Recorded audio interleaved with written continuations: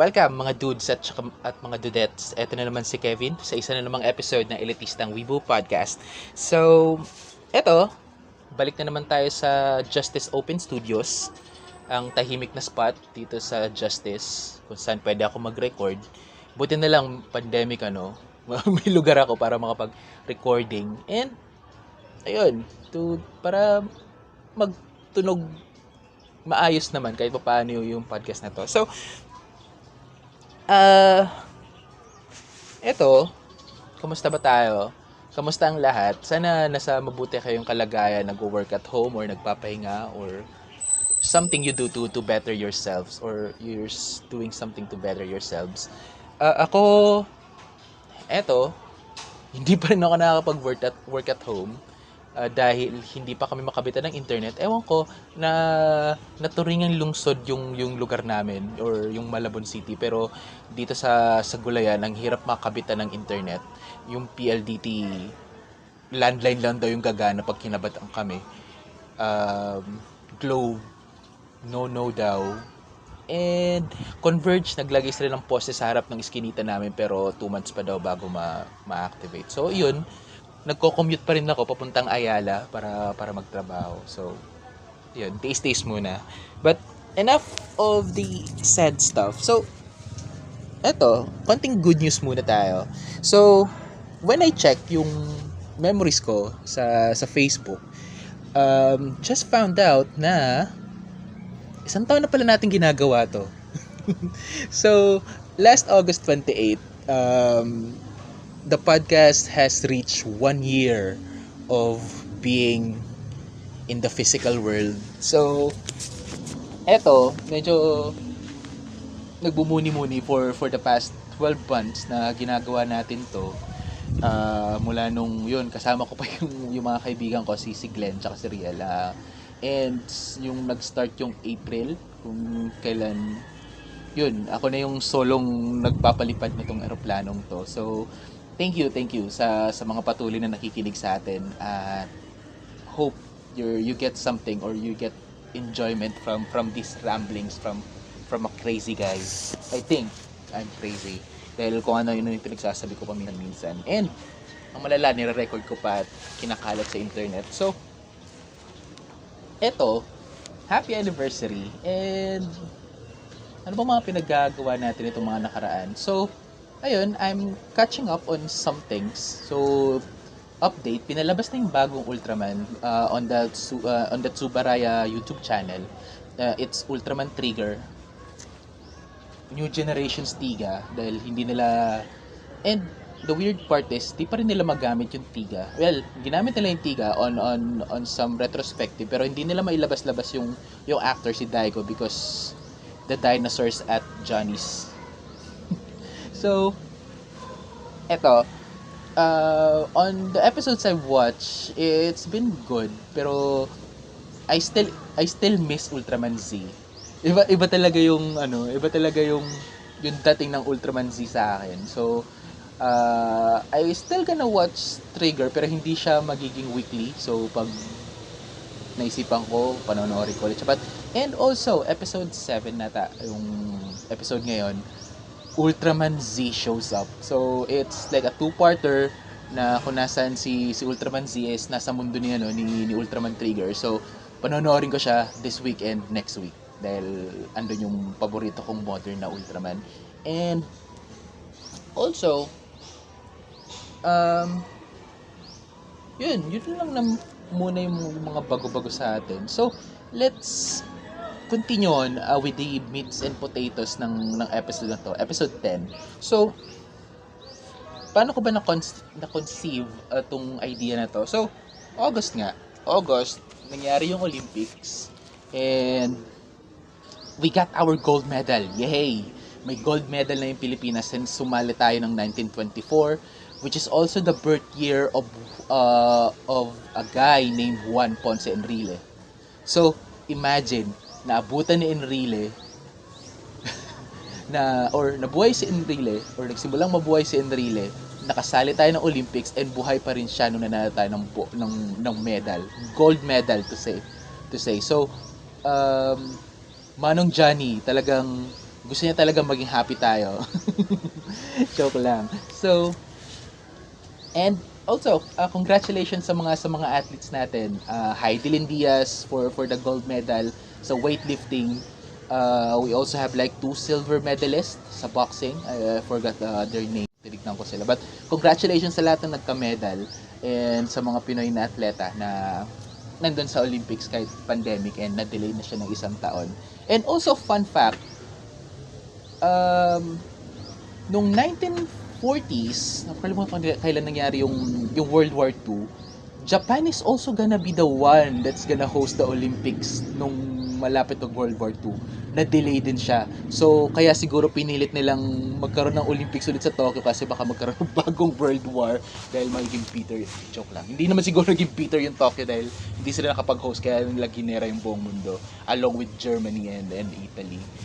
History 101.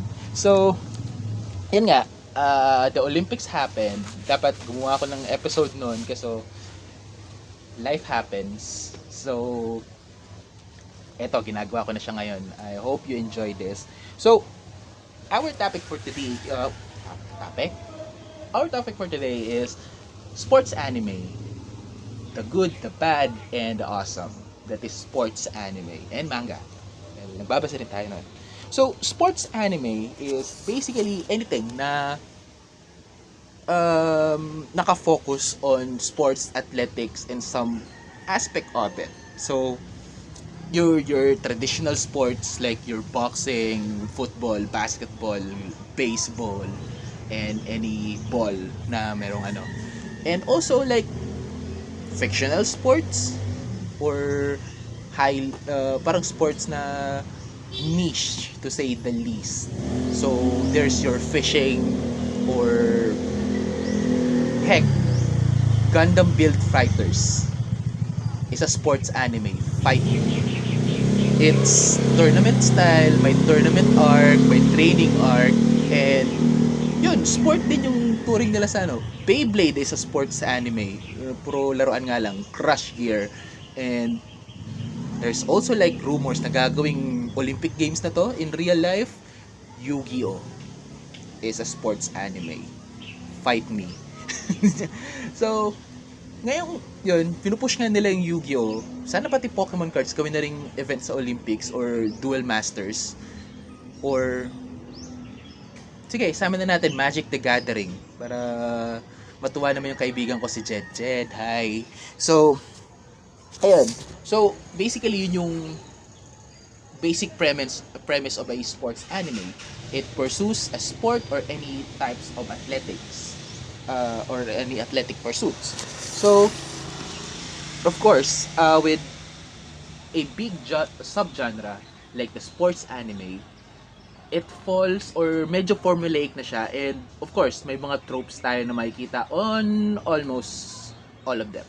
So, nag-compile ako nung mga paborito kong tropes on a sports anime, kaya ako siya nasusundan or kaya gusto ko nanonood ng mga sports anime. So I'll give some of it on this edition and also maybe give my recommendations kung if you want to dip onto sports anime in general. So let's start with the tropes. So of course, pinaka-common na tropes or isa sa mga pinaka-common na trope on a sports anime is yung protagonist or the main character na magaling sa isang bagay na may kinalaman sa sport.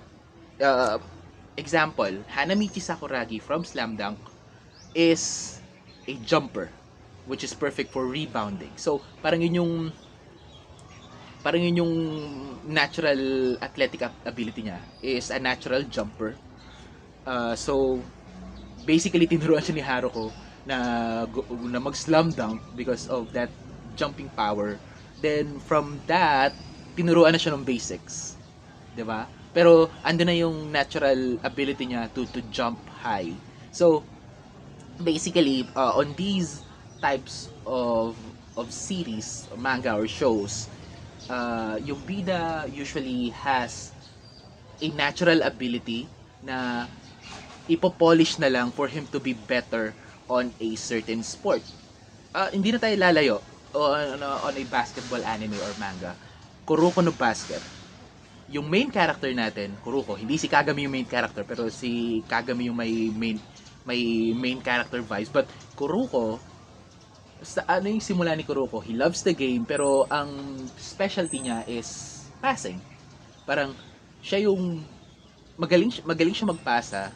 He does amazing passing moves, pero he lack the other skills para maging magaling or maging all-rounder na basketball player. So, ganun lang din yun. Ipo, meron na siyang natural na explosive strength or natural na upper body strength dahil sa kakatrabaho niya sa fishing boat nila, and many more. So, isa yun sa mga ng sports anime, ang bida or ang main character na may innate ability. So, another one na nakikita natin on these types of shows is yung Huling Taon na ni Senpai.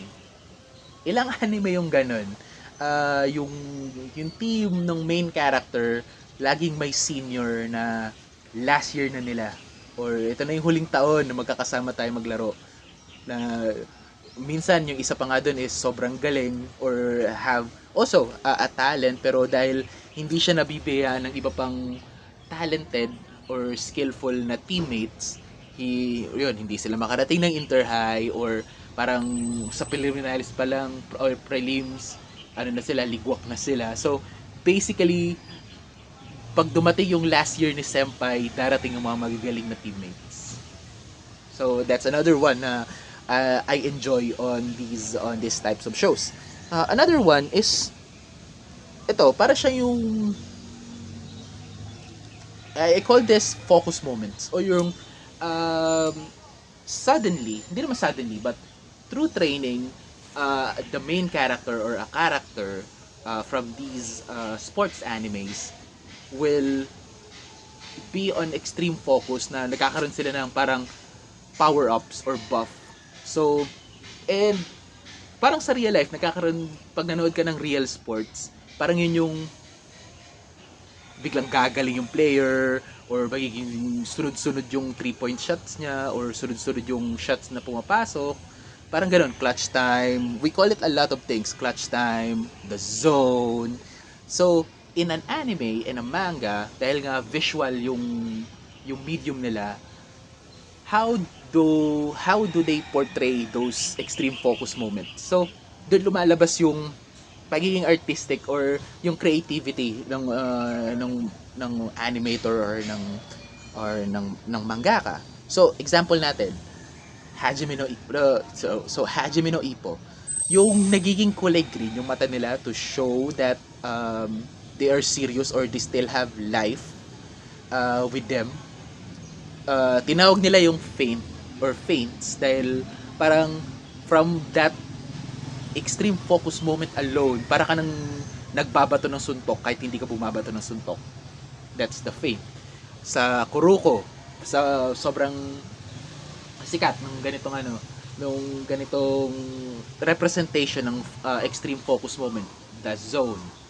'Di ba? O kumikidlat yung mga mata nila, tapos may naiiwan, may after effects na so parang ganun. Also zone, the feints, and ano pa ba? Ang dami.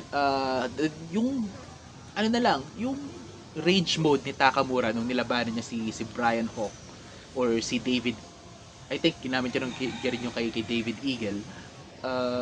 That's an extreme focus moment. So basically para siyang yung parang siyang yung Super Saiyan mode, pero it's something na grounded, and it's something na somewhat ma-achieve natin in real life if you watch a lot of sports. Yan. Another one of these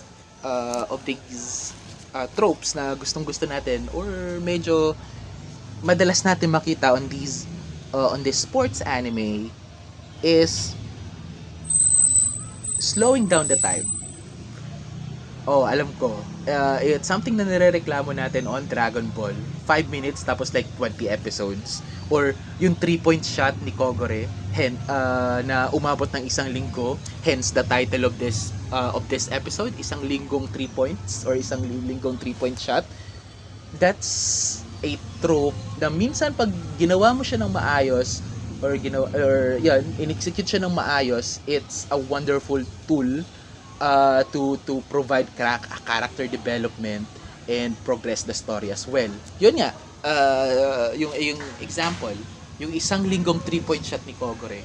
On that 3-point shot, parang andun lahat ng feelings niya, kaya nga nag-flashback onto nung nagsimula sila nung first year, yung frustrations nila Kogore, ni Kogore na hindi sila makaabot ng inter-high. Then this is yung last time or the last year na magkakasama sila, kung kailan nabiyayaan na sila ng teammates, and yung desire na manalo or the desire to reach that inter-high stage na matagal nilang pinapangarap nila ni Akagi, na pinangarap nila since first year high school sila.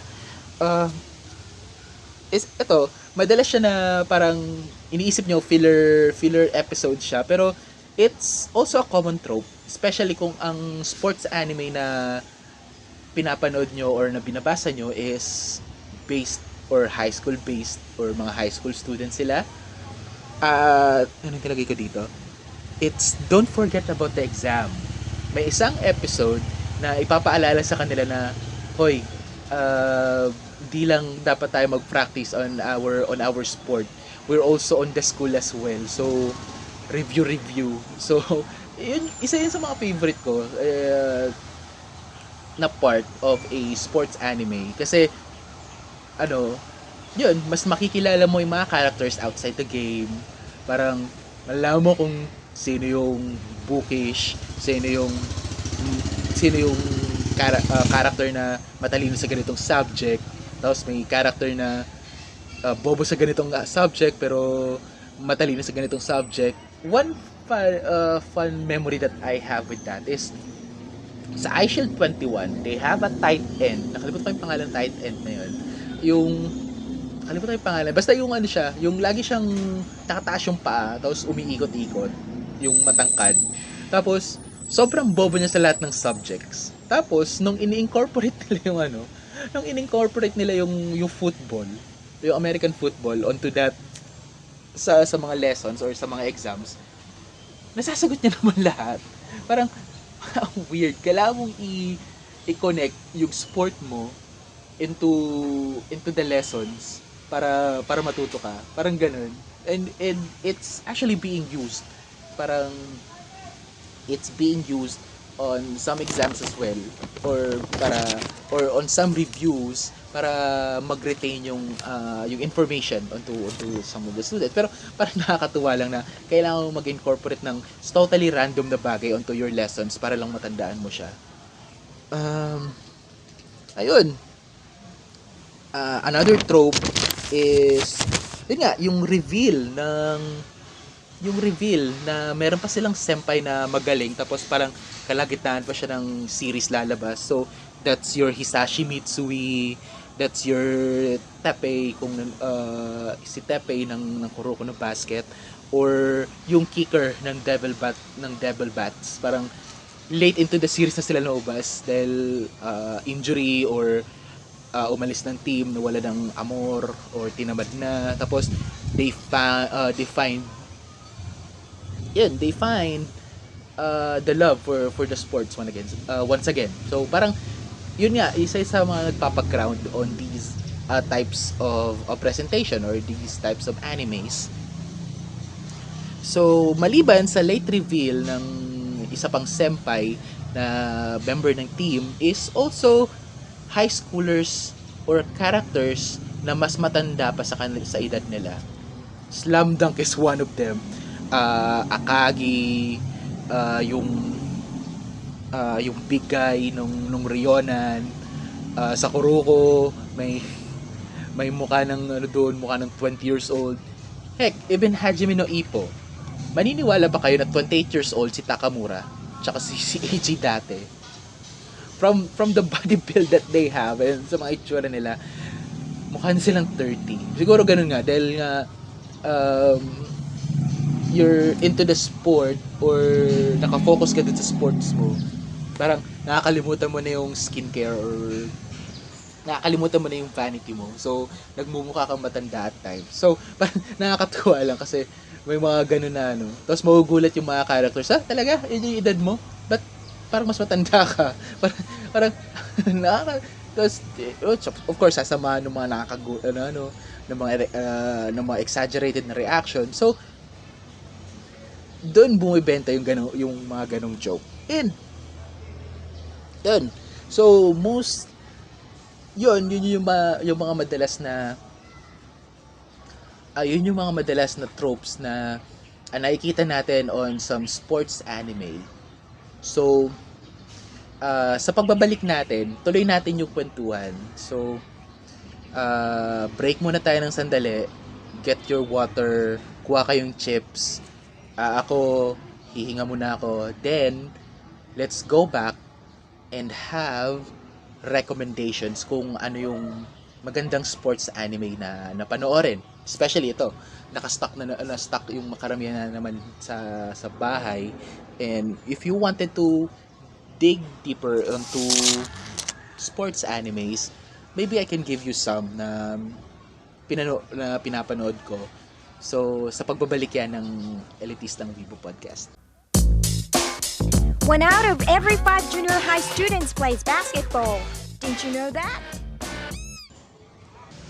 This podcast is powered by Podmetrics, the analytics you'll need to have your podcast analyzed and monetized. So, register lang sa podmetrics.co para makonsolidate yung data from your podcast, and also you'll have it be monetized regardless ng number ng listenership nyo through affiliated links. So, if you are a podcaster, just go to podmetrics.co to register your podcast, and you could set your rates and select from their large library of advertisers to partner with your podcast. So that's podmetrics.co, and use our referral code ELITISTANG WEEBOO podcast. That's capital EWNP, and WEEBOO is spelled WEEBOO. So one word po yan.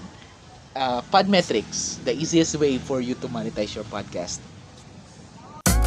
It's great to pull off basketball techniques one after the other like Hanomichi.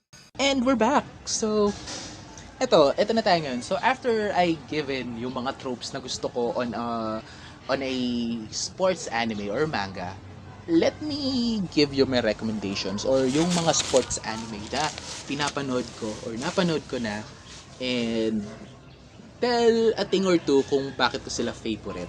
So, let's start with one of the longest runnings here, Hajime no Ippo or Knockout, if you're familiar with the Tagalog or the alternate title of it. So basically, Hajime no Ippo is the story of Ippo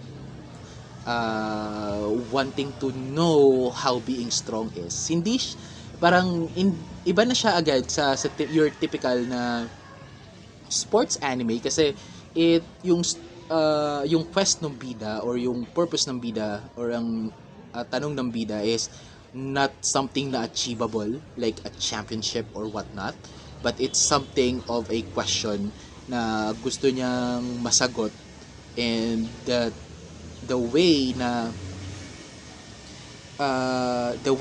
pinili niya to have that question answered is join the sport, which is boxing.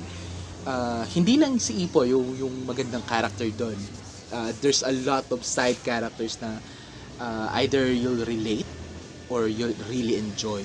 And right now, those side characters are hogging the spotlight as of the moment. Kasi, spoiler alert, spoilers in 3, 2, 1, Ippo is currently retired from boxing, and he nagko-coach na lang muna siya sa Kamogawa Gym. But other characters are stepping up, malibang kay Miyata na OBPF champion. Vorg is also fighting worldwide. Sendo just beat the number 2 in the world. How epic was that? Sana palitan na nila yung title to Hajime no Sendo, dahil hindi ako magrereklamo kung si Sendo na lang yung gawin nilang bida moving forward. So, if you wanted to catch up with the manga, you could listen to the catching up episode ng podcast, or pag tinatamad kayo makinig, ito, chapter 400 of the manga, kung gusto nyo sundan yung kung saan nag-stop yung anime. Also, yung current na development is si Mashiba magwo-world battle na rin, or may world title fight na rin si Mashiba, so that's something to look forward into. So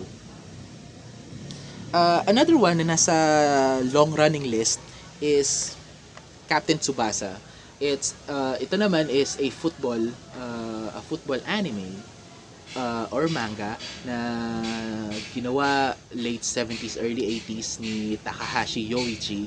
Is the story of Tsubasa, a prodigy pagdating sa football, and his pursuit and their pursuit kasama ng mga kaibigan niya sa Team Japan on getting the first World Cup win ng Japan. So basically, hindi ganun kasikat yung football or soccer if you're American, hindi kayo sanay sa European Union. So on football, hindi siya ganun kasikat sa Japan, but after Captain Tsubasa manga is serialized and nagkaroon siya ng anime back in the 80s din, football blooms into like insane levels. Kahit sa ibang bansa, naging sobrang sikat ng Captain Tsubasa.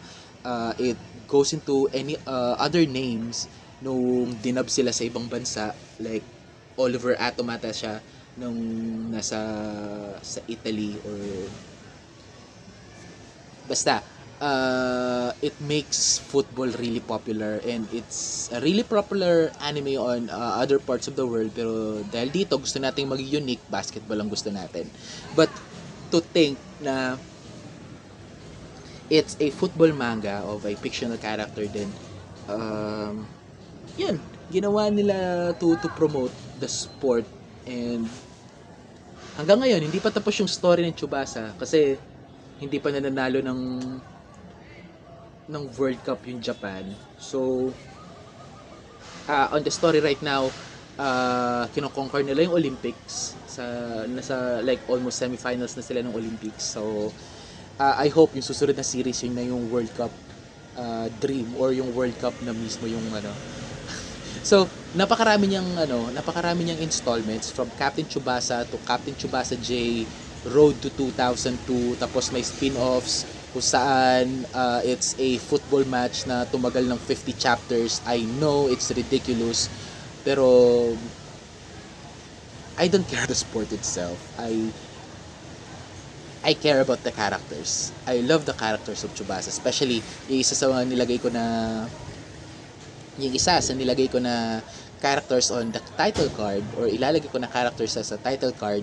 It's Hyuga Kojiro.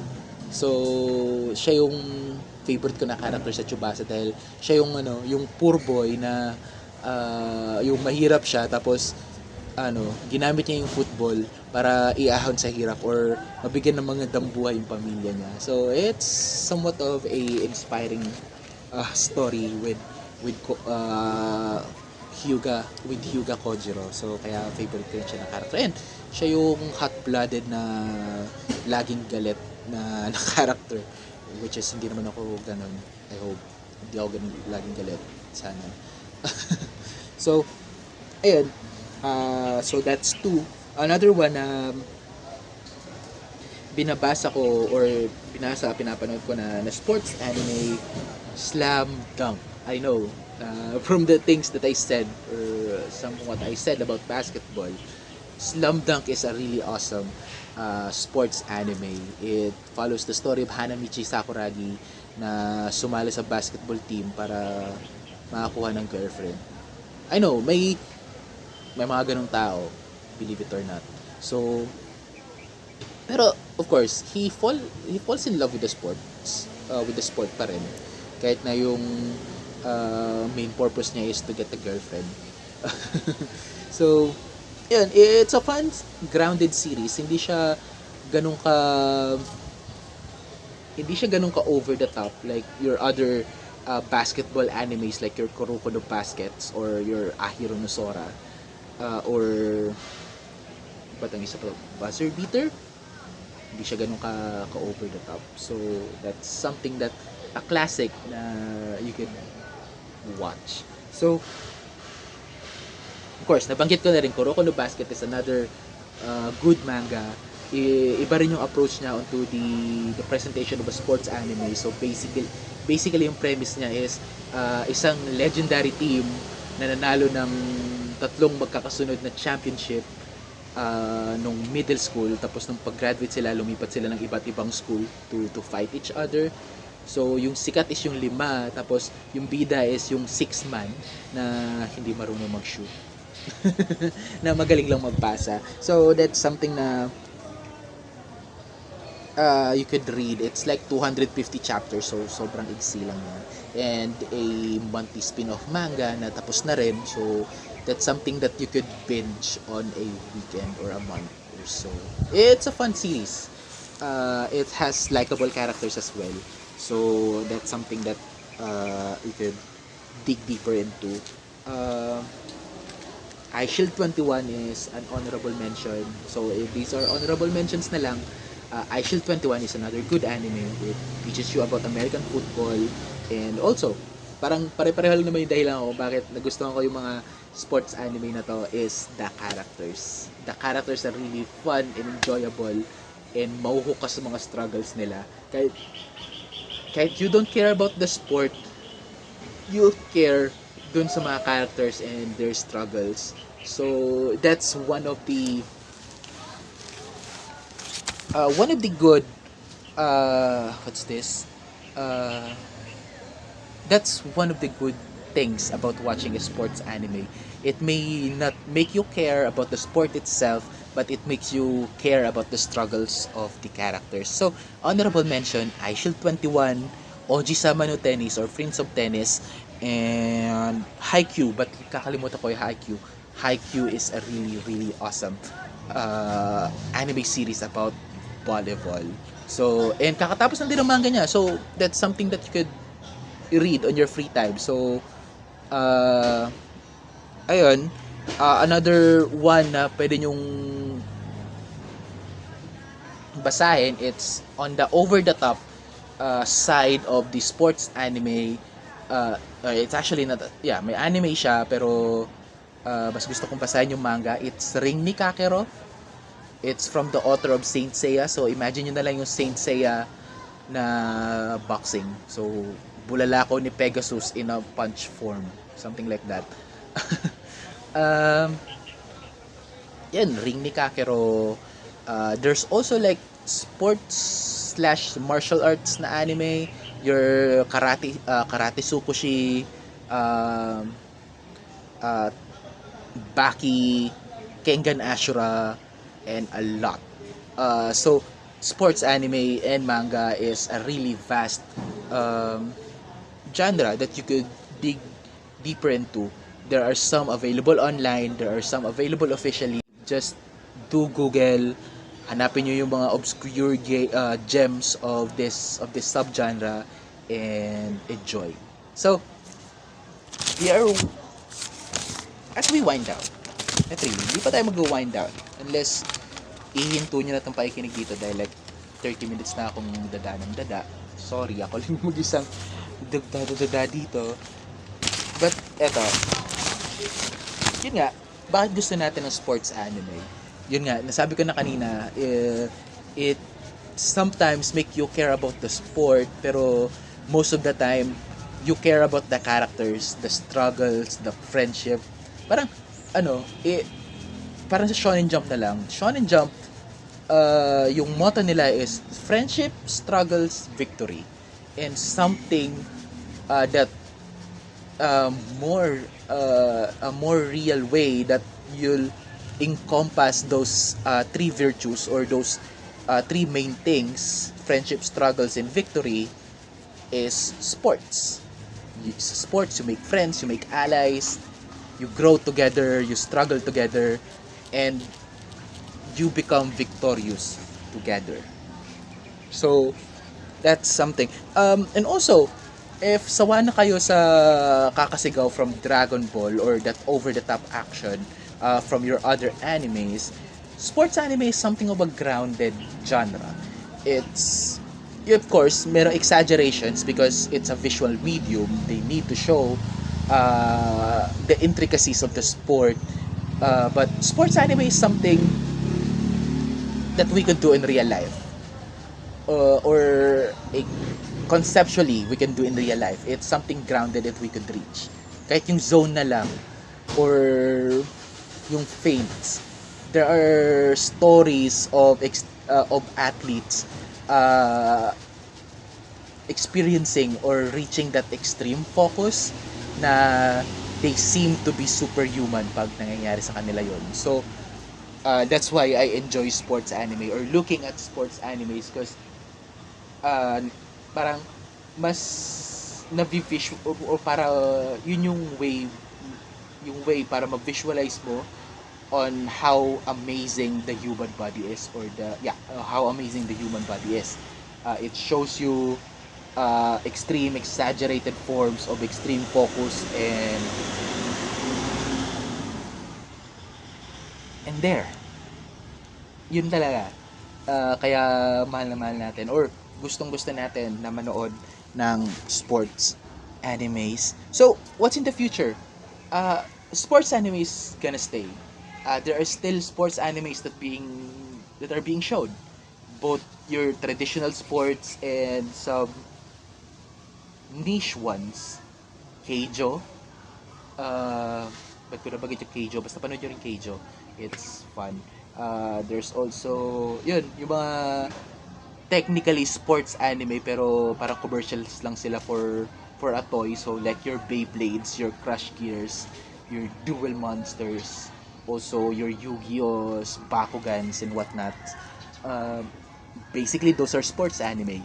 So, sports anime is something that you could do grounded, you could do fantastical, anything goes. Parang like the shonen genre in general. It's something na pwede mong i-incorporate sa maraming bagay.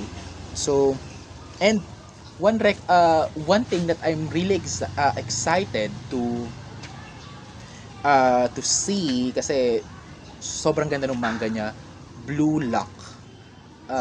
Blue Lock is getting its anime. Basically, yung story niya is a special program for strikers. So basically, it's football or soccer. So it's a special program kung saan pipiliin yung pinakamagaling na striker sa Japan, and they are gonna be trained to be the best. And what they think as being the best is a striker na kayang mag-score mag-isa, something like that. So basically, yung bida is a striker, pero on a crucial play on a match, he's the striker pero pinasa niya pa rin yung bola onto his teammate, and that's why natalo sila dun sa match na yun. So the struggle of the story is not necessarily being the best on the sport, but it's like the kahit sa anong sport, yung struggle of, are you gonna trust yourself or trust your teammates? Alam ko, we have all answers for it, but it's fun to see it being shown, or being asked on a sports anime. Kasi yes, there are sports na pang isang tao lang, but most of the sports are team based. So it's something to ponder on, ika nga. So ayun, so sports anime are still here to stay. You could watch the classics, your Captain Tsubasa, Hajime no Ippo, Ashita no Jo. Oh my god, but di ko nabanggit ang Ashita no Jo. It's another awesome anime that you could watch or read the manga as well. And haba tayo masyado kung babanggitin ko pa kung ano yung story ng Ashita no Jo. Basta, look for it. It's awesome. So, as we wind down with this episode, I want to take this opportunity to thank everyone na nakinig sa atin for the past year dahil nga anniversary ng podcast, and actually ito yung episode 10. So this is also, we reach another milestone maliban sa pag-reach ng anniversary. Double digits na yung episode ng podcast. Yay! Yay! So thank you sa lahat na nakikinig ng podcast. Thank you kay Glenn at kay Riel, kasi kung wala sila, hindi ko rin naman ma-concept, hindi magkakaroon ng ganito na ma-conceptualize natin yung podcast as a necessity dahil nahihirapan kaming gumawa ng content for Screw Loose, and it's something that I suggested to buff or to buffer our contents as well. Pero life happens, naging busy sila sa mga buhay-buhay nila, and sayang na yung nasimulan namin. Kaya ito ako, I'm flying solo still for the podcast. We're still friends, huwag kayong mag-alala. Kaibigan ko pa rin sila. It's just that they need to focus on something else, and here I am. So thank you sa mga nakikinig. Thank you sa yun. I met some friends as well on this podcast. May mga nakikipag-usap na sa atin, ibang podcast as well. I cannot say yet, but I really hope for the next batch of episodes, magkaroon na tayo ng guest kasi nakakapagod magsalita mag-isa. So, ayun. So, thank you sa lahat ng nakikinig ng podcast na to, and sana na-enjoy nyo to. So, tuloy natin yung usapan over our socials. Ano yung favorite yung sports anime or manga? Anong trope yung pinaka-gusto nyo or pinaka-ayaw nyo sa sports manga or anime? Sino yung pinaka-favorite yung sports manga anime protagonist? And also, Dear Capcom, dapat sinabi ko to kanina, but naalala ko lang kasi 'di ba, sports animes usually sa high school sila, and schools are rivals on this. So Dear Capcom, bakit wala pang remake ng rival schools? You've been remaking Resident Evil a lot, pero bakit wala pang rival schools? Nilagay niyo na si Akira sa Street Fighter 4. Ba't hindi po nyo pa i-remake yung Street Fighter 4, Street Fighter 5? Ba't hindi nyo pa ilagay yung rival schools? Please, remake nyo na yung rival schools. Nagmamahal, a gamer.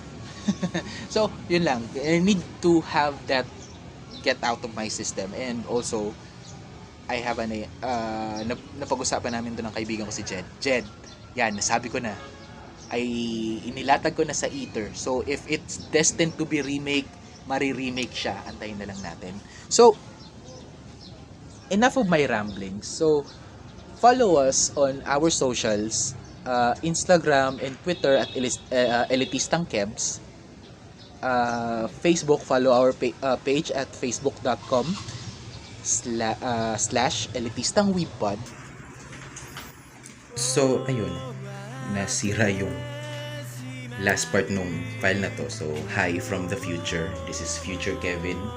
So, I just wanna say before we end the podcast for this instance, yun, thank you sa lahat ng nakinig ng podcast for the past year. The last 10 episodes ng podcast na to, including this. So, let's hope for more topics, more ramblings from this crazy guy from Malabon. So, hanggang dito na lang muna tayo, mga dudes and mga tidets. And